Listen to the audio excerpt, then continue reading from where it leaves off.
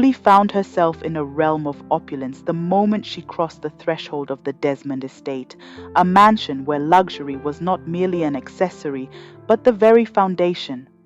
The floors shone like mirrors, so immaculately polished that she feared each step might send her slipping.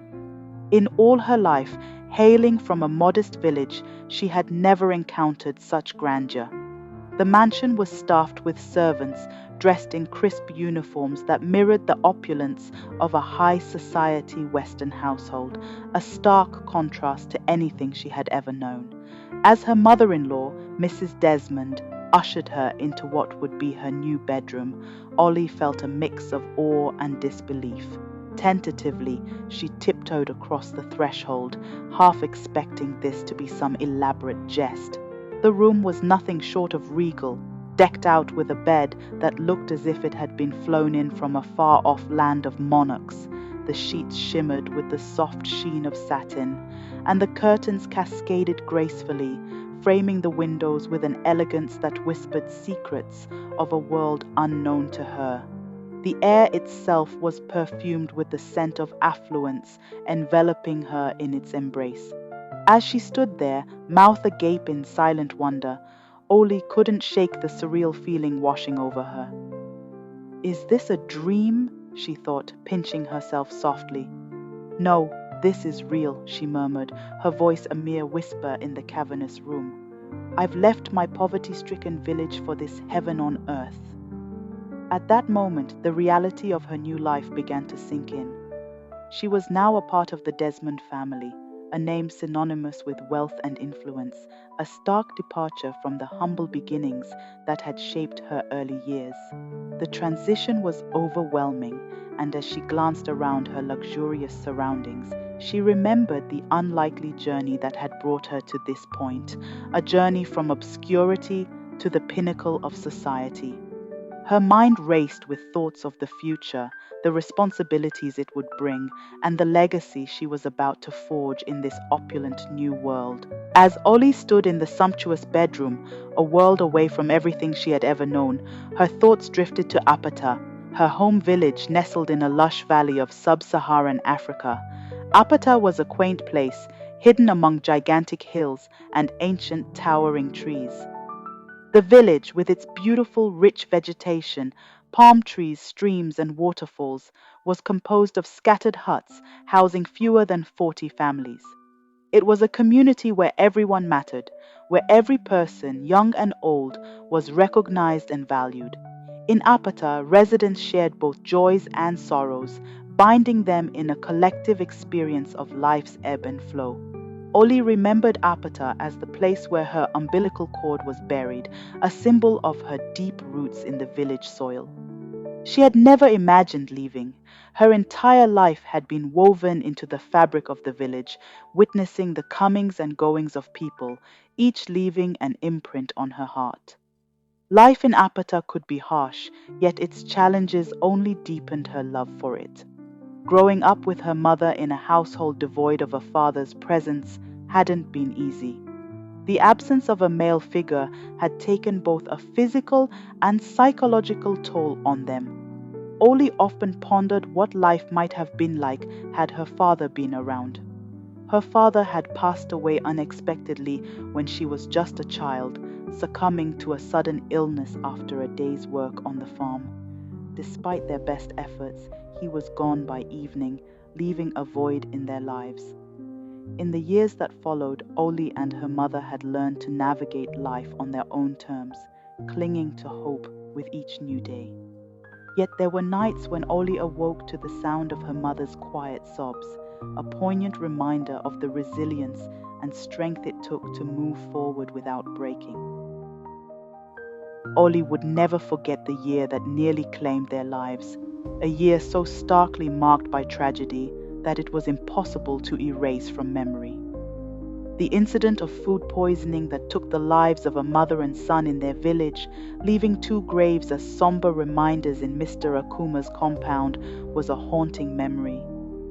By some stroke of fate, Oli and her mother had survived a similar fate.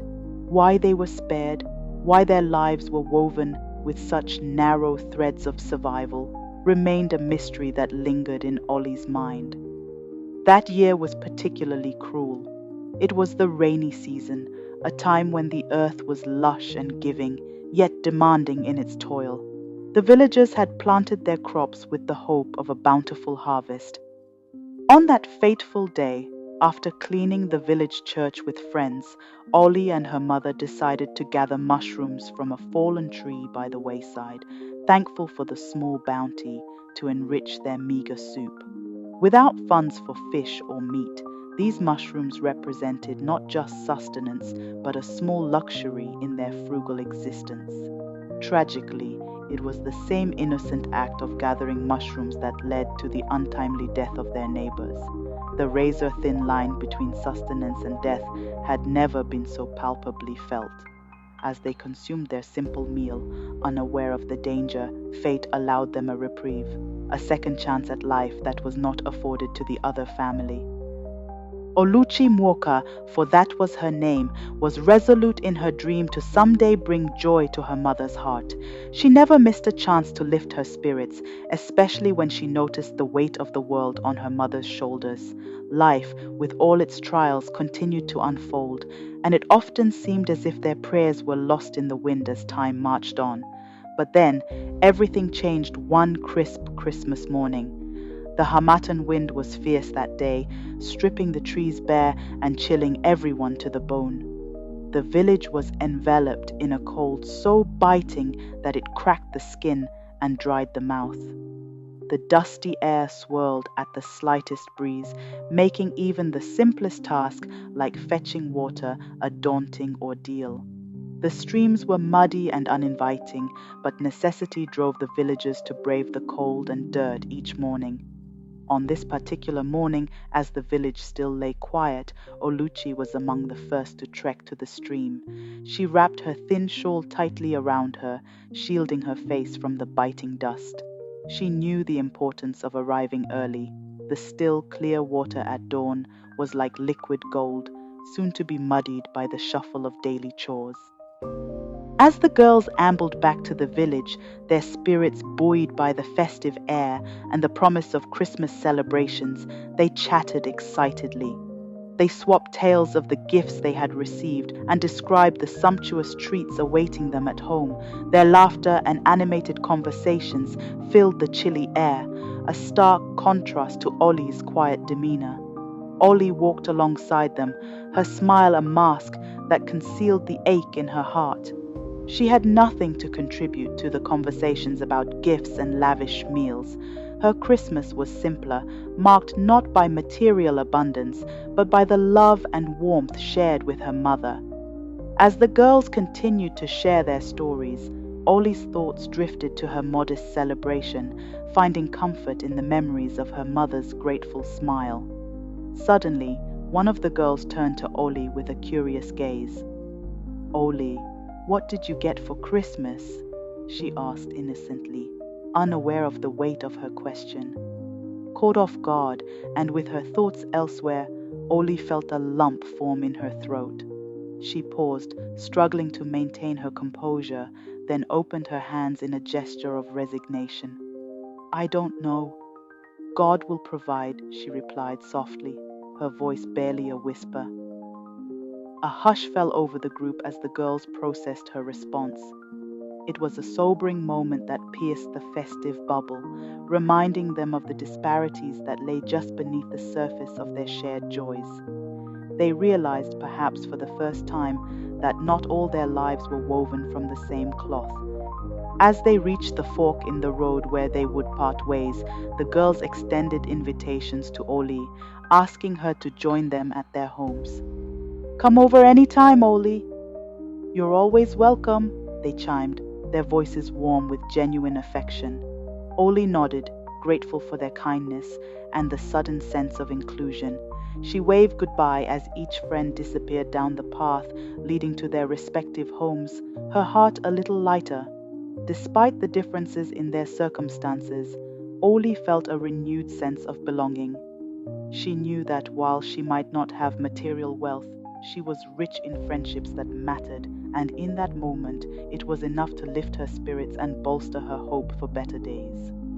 Now alone, Oli watched as her friends' figures receded into the distance. Once they were out of sight, she paused and released a deep sigh of relief.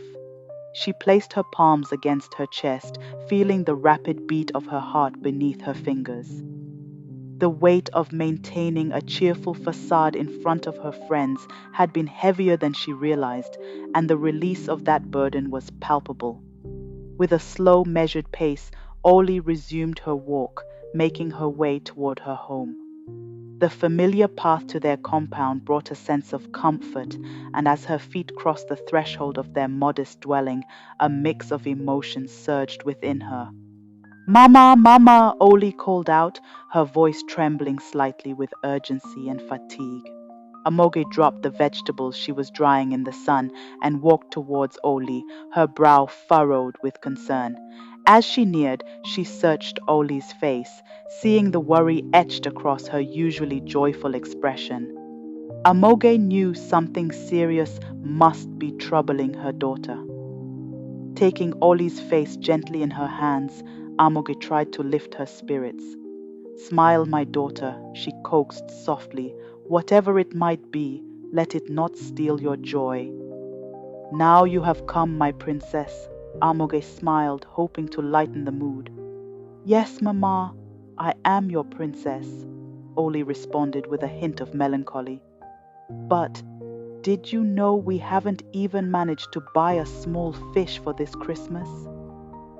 My daughter, Amoge laughed gently, trying to keep the atmosphere light. Is that the problem? Isn't it enough, Mama? Oli's voice was tinged with frustration. Look at us, unable to afford even the smallest joy, while my friends enjoy feasts and new clothes, and you ask if that's all. Amogi's heart sank. She couldn't bear seeing her daughter so upset. She covered Oli's mouth with her hand gently. Don't speak like that, my child. You've said enough, she pleaded, her voice a mixture of firmness and care. Amoge took Oli's hand and led her towards their hut, seating her on a low stool at the doorway. With a soft voice and direct gaze, she began, I know all this, my child. Seeing Oli relax a little, Amoge continued, her voice filled with concern. I was about to discuss this with you before you brought it up.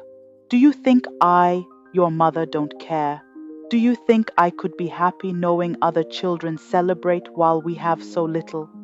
As her voice wavered with emotion, Oli quickly interjected, No, Mama, I didn't mean to upset you. It's okay. Stop, please. Have I ever complained?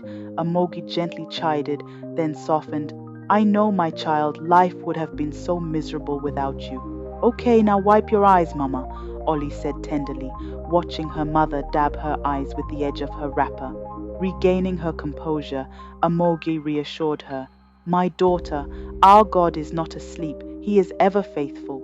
Yes, Mama, Ollie responded, her voice steadier. You know the chairman, Mr. Frederick? Amoge changed the subject to divert their conversation from the strain. What happened to him? Oli asked, suddenly anxious. Nothing bad, Oli. I was about to tell you that he will be distributing rice and other food items to the widows in the village. What? Oli exclaimed, surprised and relieved. Yes, my daughter, Amoge smiled, pleased to share the news. And your friend Mama James, the one you help at the church, her son sent her a carton of food supplies. She's promised to share some ingredients for our stew. Thank God, Mama. Everything is almost settled then, except for the fish. Don't worry about that, Amoge assured her. I've saved a bit of money. It shouldn't be a problem. But if things get worse, I'll join the boys and go fishing this evening. Thank you, my child. I know what you can do, but hopefully it won't come to that. Let's just hope the price of fish drops today. After their conversation, Amoge instructed Oli to start preparing the local rice they had while she went to purchase the remaining necessities. Oli decided to build her fire first before settling down to pick stones from the rice. She sang softly as she gathered firewood, and once the fire was ready, she fetched the rice in a tray and sat down in front of their house to clean it.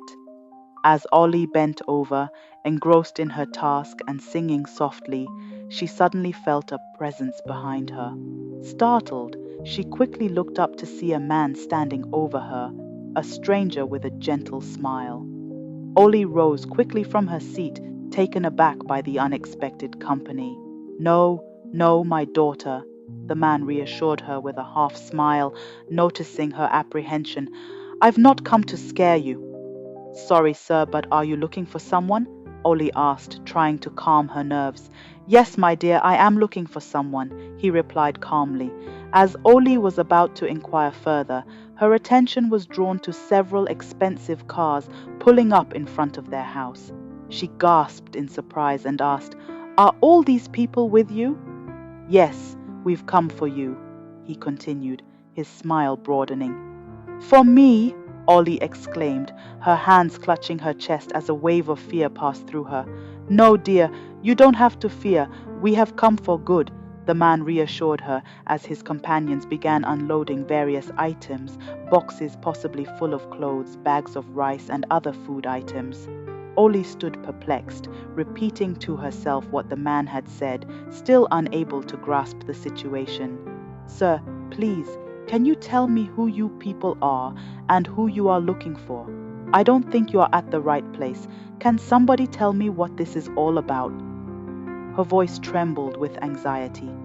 Just then, Amogi returned, her arms laden with a small polythene bag of purchases. Upon seeing the gathering around her home, people she hadn't expected, her heart leaped with worry, fearing they were policemen. Has anything happened to my daughter while I was gone? She thought anxiously. As Amoge drew closer, the relief was evident on her face as she noticed smiles among the strangers. Her anxiety lessened, but she was still shocked by the scene unfolding before her. The bag she was carrying slipped from her hand, revealing the small fish she had bought as she stood dumbfounded by the generosity displayed at her doorstep. And that was how Oluchi, now Oli Desmond, was officially welcomed into the Desmond family. Her arrival was celebrated with a lavish party hosted by a well-known hotel, ensuring an abundance of food and drink for all guests. As the festivities reached their peak, a sudden hush fell over the room when Mrs. Desmond, with a commanding yet graceful voice, announced, "See who we have here, friends." All eyes turned toward the staircase where Oli descended, her presence radiating elegance and grace, drawing smiles and murmurs of approval from the crowd. Oli looked every bit the part of a princess, her transformation so complete that none could recognize the traces of her once humble beginnings. As she made her way down the stairs, the room erupted in applause. Sir Desmond, beaming with pride, introduced her to the assembled guests who were eager to greet her. While Oli received their warm welcomes, Mrs. Desmond stayed close, observing the interactions with a keen eye. She noted the changing expressions of the guests, including a lady who shook her head in pity, puzzling Oli and leaving her slightly concerned. During this whirlwind of introductions, a young handsome man named Charles approached with a polite bow. Please excuse me. I'd like to introduce myself to your daughter-in-law, Auntie Margaret, he addressed Mrs. Desmond. Oh, go ahead, Charles, Mrs. Desmond encouraged with a nod. Charles took Ollie's hand, attempting to lead her to the dance floor. Hesitant at first, Ollie looked to Mrs. Desmond, who reassured her, Go ahead, dear, and remember this is your night. Encouraged, Ollie allowed Charles to escort her to the dance floor. As they danced, Charles revealed his connection to the family. Wilson is an old friend of the family. Your family is my family, he explained, his tone friendly and inviting. His casual mention of her husband sparked Ollie's curiosity. She realized she knew very little about the man she was married to. Seizing the moment, she asked Charles to tell her more. His insights could provide her with a clearer picture of the new world she had stepped into, one filled with connections and histories she was yet to understand. Thus, amid the grandeur of her welcoming party, Oli navigated her new status with both awe and a budding determination to learn about the family she had joined and the husband she was yet to meet. Before moving in with the Desmonds, Oluchi and her family knew very little about her husband, only that he was abroad and yet to return for the final marriage rites, a not uncommon scenario in many arranged marriages. Naive and trusting, Oluchi and her household relied on the assurances of their kinsmen, believing they had her best interests at heart. However, her curiosity about the man she was married to grew, fueled by the mystery surrounding him. When the opportunity arose, she seized it eagerly. At the party, Charles's revelation that he had not seen her husband for a long time did little to quench her curiosity. As we grew up, we separated, Charles explained, visibly uncomfortable with the topic. Ollie pressed on, trying to piece together the sparse information. Charles admitted he traveled overseas at a very young age, before quickly changing the subject. The party was a success, yet it was clear not all was well, hinted at by the absence of Sir Alex's younger son from the event. Later in her room, Ollie's mind raced with all she had observed. She now had a maid, Martha, to assist her and run errands. Excited and overwhelmed, Ollie asked Martha, "Please tell me anything you know about my husband. Is he handsome? Is he kind?" Martha's response was disheartening.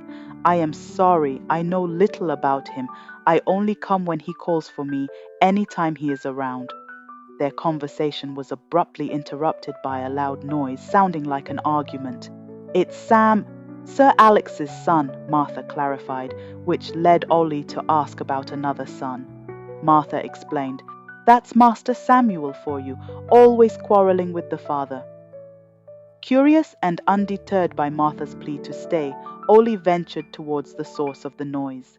She soon encountered Sir Alex and Samuel in a heated exchange. Brightening at her approach, Sir Alex tried to mask his anger with a smile. Ollie, attempting to diffuse the tension, playfully said, "Please, Papa, remember this is my night, no room for anger," as she extended her hand to Samuel. Samuel responded warmly, but quickly retreated after a glance from his father. Ollie's plea to know her brother-in-law better was met with a stern refusal from Sir Alex, who ordered her back to her room. Yet, her diplomatic approach softened the moment, reminding everyone of her new role in the family. Sir Alex's life was one of extraordinary achievements and hidden personal trials. Known for his influence and wealth derived from oil and construction, he had recently won a significant legal battle against the government. Despite his public successes, his private life was marked by sadness, particularly concerning his elder son, who had become a recluse since his 8th birthday, never leaving his room. This revelation about her brother-in-law and the mysterious circumstances of her husband's absence only deepened Ollie's resolve to understand the family she had joined. She was determined to uncover the truths that seemed buried within the opulent walls of the Desmond household. The next morning brought the family together as they came to have their breakfast. Oli had never imagined that the next breakfast she would have after leaving her village would be with people she hardly knew, in a setting she had never dreamed of. Oli was understandably nervous as she joined them at the table. They all expected it and tried to engage her in conversation, asking how she was adjusting to her new home and how she had spent the night without her mother. Their efforts helped her relax and join in the conversation. Sam, on the other hand, was more reserved. This was the first time he had really observed Ollie, and he felt a deep pity for her, wondering about the kind of desperation her family must have felt to agree to marry her off to a man they had never met. His pity was disrupted when Ollie, trying to make conversation, innocently asked, "Sam, could you tell me more about your brother after breakfast?" "Do you mean Junior?" Sam responded quickly, caught off guard by her question. "Yes, who else?" Oli pressed with a gentle smile. "I will, okay? We have enough time to get to know each other. You're not leaving anytime soon," he reassured her, trying to ease the tension. "Now, let's finish our breakfast. Sir Alex interjected, his voice firm yet calm. Ollie apologized. I'm sorry, Papa. I guess I'm being too outspoken. It's okay, dear, Mrs. Alex consoled her. Like Sam said, we have plenty of time to discuss and answer all your questions. The conversation had evidently made Sam and his mother uncomfortable. They lost their appetites as soon as Ollie brought up the topic of young Alex. Sir Alex's mood visibly changed. Soon after he excused himself, mentioning he was late for the office. Before Ollie had come to live with the Desmonds, there was a plan that her husband would return from abroad in 9 months for their wedding. Meanwhile, she was to be educated in the ways of their family, a transformation into a lady befitting her new status. She didn't resist this. She knew she had to adapt to her new environment. As time passed, Ollie realized she had more than she ever imagined having, except she felt increasingly isolated. She couldn't socialize as she wanted, and she noticed that preparations for her wedding were oddly stagnant, which made her feel more like a prisoner than a bride-to-be. Eventually, she sought out Sam, hoping he could offer some comfort or insight, given his understanding nature. She looked so worried as she spoke, prompting Sam, seeing her distress, to take her away from the bar to a quieter place where they could talk without being overheard. He stood across from her, intently observing her. Suddenly carried away by her presence, he moved to kiss her. Ollie was startled and quickly pulled away. No, Sam, stop it, she protested, her voice a mixture of shock and firmness. Have you forgotten that I am your brother's wife? She added, her expression serious. Sam, momentarily pausing, seemed to gather his thoughts before speaking urgently. Listen to me, he implored, his hands gripping her shoulders. I'm going to say this once and only once. I want you to leave this house tomorrow. What? What are you talking about? You must be drunk, Ollie retorted, trying to free herself from his grasp. I'm not drunk. I'm as sober as the morning sun. I can help you if you're willing to leave, he insisted, his tone earnest yet tense. You should be ashamed. Ollie began to argue back, but before she could finish, Sam had already stormed off in anger, leaving her in a state of confusion. Hurriedly, Ollie followed him but couldn't catch up. Frustrated and needing answers, she decided to visit his mother instead. She found Auntie Margaret lying on her bed. As Ollie approached, Auntie Margaret attempted to sit up, noticing immediately that Ollie looked deeply troubled. What is it, dear? You look disturbed, Auntie Margaret said with concern. I am, Auntie. It's Sam, Ollie replied, her voice shaky. I don't understand it, but he just told me to leave this place. What place? Mrs. Desmond asked, looking puzzled. To go home? But why would he say that to you? She paused, thinking, then tried to cover her concern. Maybe he has been drinking, she suggested softly, watching Ollie's reaction. As if you know, he had been. Actually, I met him at the bar. Now I see he is not himself, Ollie explained, then added, I think it's because he wanted to kiss me and I refused. He did! Mrs. Desmond almost shouted, her expression a mix of shock and embarrassment. Why in heaven would he do that? I am so ashamed, dear. I am so sorry. I know he meant no harm. I thought so too. I will see to it that he never tries it again, she assured Ollie, her tone firm. Now, go to your room. There is nothing to worry about, Mrs. Desmond concluded, trying to ease the tension. Good night, Auntie, Ollie said, still shaken. Sweet dreams, dear. In Apata village, news of Ollie's marriage had spread like wildfire. In the weeks that followed, her mother had continued to entertain numerous visitors, always mentioning she would be traveling to town for her daughter's wedding. However, as months passed with no word from Ollie, her mother became increasingly terrified.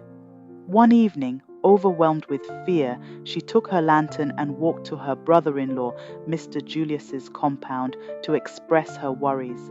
She found him half asleep in a chair, but promptly got to the point. Despite his calm appearance, it was clear to Amuge that Mr. Julius was troubled, though he managed to maintain his composure. There is no cause for alarm, Amuge, he reassured her, trying to sound convincing. Remember, I made time to see Theo myself. Our in-laws didn't come on their own. It was one of us who brought them here, so relax. I know whom to contact when the time comes, but for now, let's give them another month and see what happens. Before then, I will go to his father and see what help we can find. He had done as he promised, but without success. According to Theo's father, Theo had traveled abroad and they hadn't heard from him. Frustrated, Mr. Julius left Theo's father's compound angrily. When he got home, he informed Amogi that all was not well and that there was no way they could reach Theo. She refused to believe it and screamed for help. The villagers gathered, trying to calm her down, assuring her that all hope was not lost, but she could not be comforted. I know that wherever she is right now, she needs me, she cried out. She gradually became sick after several unsuccessful efforts by the community to reach her daughter. No one was to blame. They had trusted their kinsmen who had brought the in-laws to their home, never expecting things to turn out this way. Theophilus Mbanefo had made a deal with Sir Alex. Theo had been pestering him to link him up with his connections, and Alex had refused until Theo brought up the idea of finding a beautiful maiden for his sick son. That night, after parting from her mother-in-law, Oli retreated to the sanctuary of her room, a whirl of thoughts engulfing her as the door clicked shut. The room, a silent witness to her tumultuous journey since arrival, seemed to echo back her deepest fears and secrets. As she sat on the edge of her bed, the weight of unresolved mysteries pressed down upon her. Despite the apparent normalcy of her new life, one fact gnawed at her constantly. Her husband had yet to return home. Whenever she broached the subject with her father-in-law, his smile, tinged with pity, would be her only answer, always very soon, my dear. Sir Alex, though kind, was a recluse of sorts, his only companion often being his wine.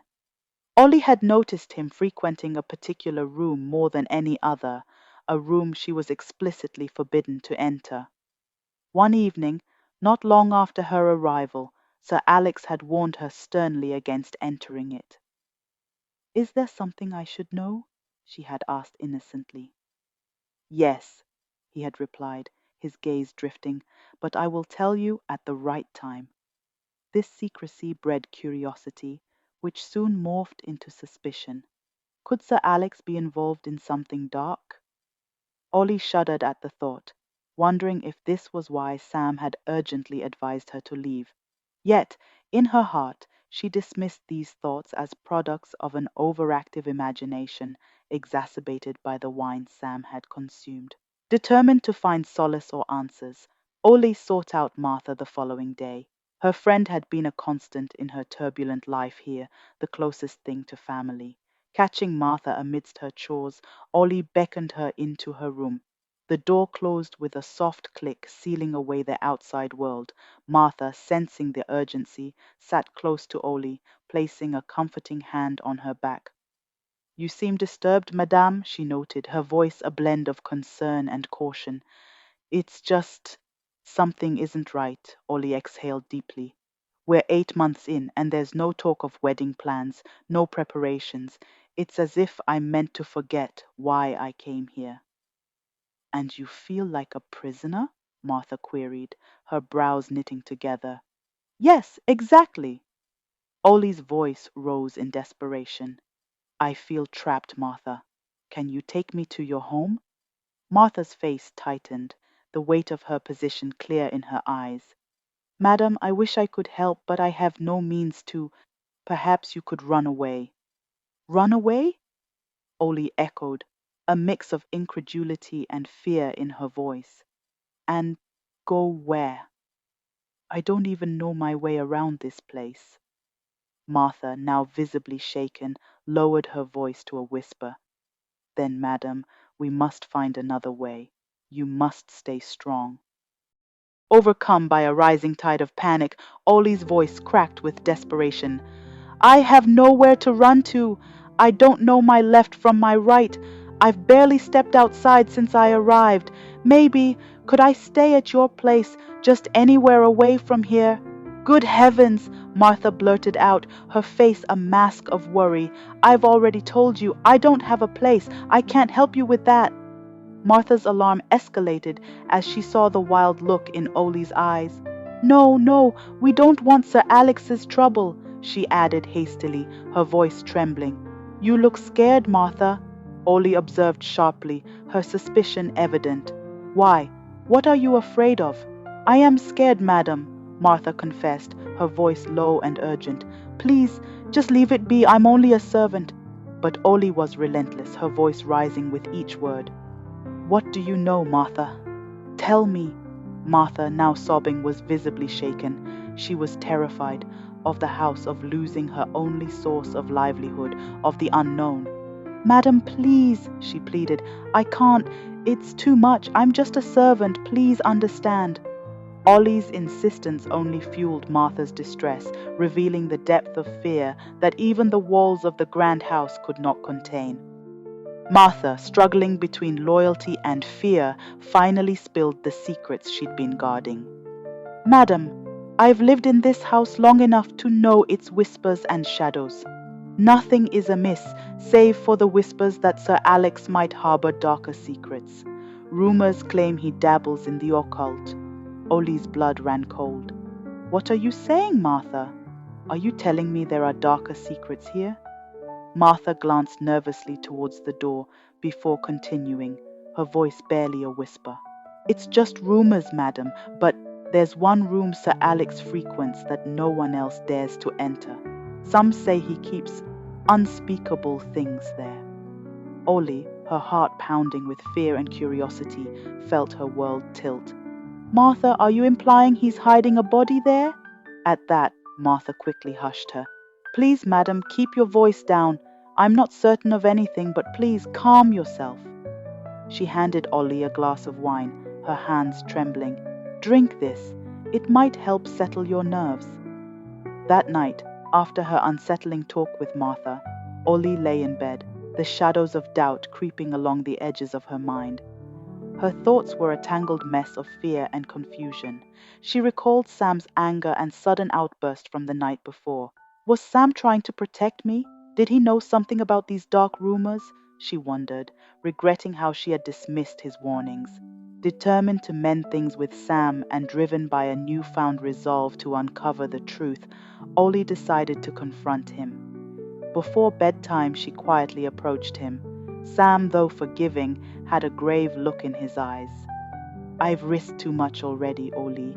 If my father finds out I've spoken to you about family secrets, the consequences could be severe. Ollie's resolve hardened. She needed answers. She decided she would no longer sit idly by, her life dictated by the hidden fears and secrets of the Desmond household. If I am to find peace, I must seek the truth myself, she resolved. The next morning, armed with a rebellious spirit, Ollie decided to take matters into her own hands. She planned to impersonate Martha by wearing her uniform and delivering food to the mysterious room.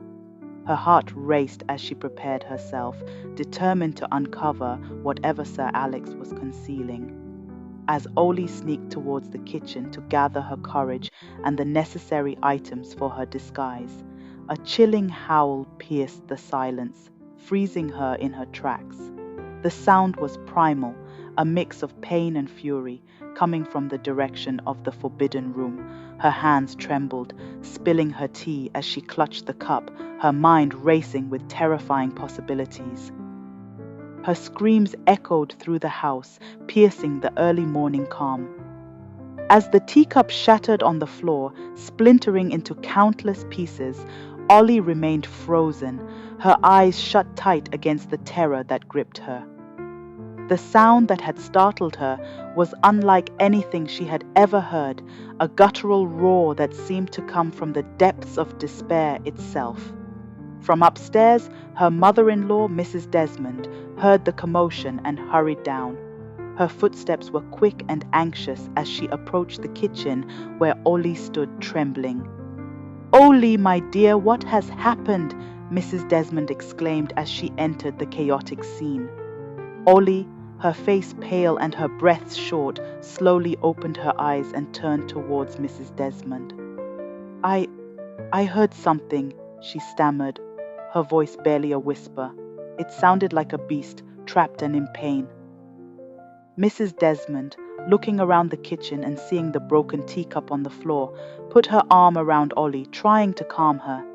"It's all right now, you're safe," she reassured her, though her eyes darted around, a hint of fear in them as well. "Let's get you out of here. Come, sit down in the living room." As they left the kitchen, Ollie couldn't shake the feeling that whatever she had heard was a sign, a dire warning perhaps, related to the hidden truths of the Desmond household she was determined to uncover. Her resolve strengthened by the incident, she knew she had to continue her quest for answers, even if it meant delving into the darkest corners of the mansion. Ollie felt more at ease after hearing Mrs. Desmond's assurances, but a closer look revealed her mother-in-law's sad, pale expression. Concerned, Ollie asked gently, "You are not sick, are you, Ma?" "I'm okay, Ollie," Mrs. Desmond quickly replied, attempting a smile to mask her discomfort. "Hurry up and eat your food." "What about Daddy? Won't he object to us going out?" Ollie queried, still uncertain. "No, he will not. He will be traveling," Mrs. Desmond answered. "Oh, I see." Ollie smiled, relieved. This unexpected freedom sparked a thought in her mind. Perhaps tomorrow, with her father-in-law away for a week, would be her chance to investigate the mysterious room without interruptions. Feeling a surge of excitement, Ollie hurried to the bathroom to freshen up. She couldn't contain her exhilaration as she thought about the day ahead. It turned out to be one of the best days she had experienced since moving in with the Alex family. Mrs. Desmond had taken her to visit Bar Wilson's house, where Ollie reconnected with Charles, whom she had first met at a party. She had almost forgotten about him until their paths crossed again. Charles was visibly pleased to see her, his eyes lingering on her, as if noticing how much she had changed. Ollie also met Charles's mother, Mrs. Gloria O'Hare, and the two women shared a warm embrace, happy to see each other. As the older women chatted, Charles led Ollie away for a more private conversation. "Come and tell me how life has been with you," he suggested, offering her a chance to share her experiences. This private moment was something both needed, though Charles's mother had reminded him to treat Ollie with respect before they departed. Once alone, the women discussed Ollie's situation. Mrs. Desmond expressed regret for her part in arranging Ollie's marriage to a man who was not well. "I should have stood my ground," she admitted, reflecting on what she would have wanted for her own daughter or niece. Resolved to make amends, she promised to keep Ollie busy and happy to prevent her from sinking into depression. Meanwhile, Charles took the opportunity to walk with Ollie in the garden, enjoying their conversation and the serene environment. Ollie, however, remained guarded, especially when Charles hinted at wanting to see her more often. She rebuffed his advances, reminding him pointedly that she was already someone's wife, which briefly escalated the tension between them. Charles apologized profusely, assuring her that he meant no disrespect. Their walk ended on an awkward note, but it was clear that Charles had developed feelings for Ollie, complicating matters further.